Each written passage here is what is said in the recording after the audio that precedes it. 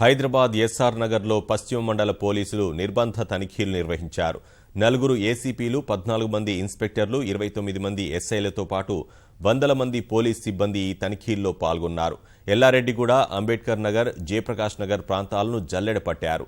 నగరంలో కీలకమైన అమీర్పేట, మైత్రివనానికి దగ్గరలో ఉన్న ఈ ప్రాంతాల్లో ఇతర రాష్ట్రాల విద్యార్థులు, యువత ఎక్కువగా నివాసముంటారు. వందలాది వసతి గృహాలు ఉండడంతో ప్రజలకు భద్రతపై విశ్వాసం కలిగించాలనే ఉద్దేశంతో ఈ సోదాలు నిర్వహించారు. 20 వసతి గృహాలు సహా 500 ఇళ్లను సోదా చేశారు. 61 మంది అనుమానితులను అదుపులోకి తీసుకున్నారు. సరైన ధ్రువపత్రాలు లేని 39 వాహనాలను సీజ్ చేశారు. నేరాల నియంత్రణే ధ్యేయంగా పోలీసు యంత్రాంగం పనిచేస్తోందని డీసీపీ వెంకటేశ్వరరావు స్పష్టం చేశారు.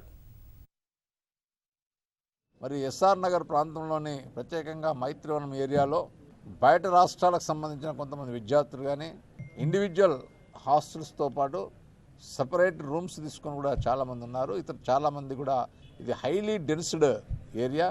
ప్రతి ఇల్లును కూడా చెక్ చేయడం అనేది జరిగింది. మరి వాళ్ళకు ప్రజలకు విశ్వాసం కలిగే విధంగా ఈ ప్రాంతాన్ని చేయడానికి గాను కోఆర్డినేట్ సెర్చ్ అనేది చేయడం జరుగుతుంది.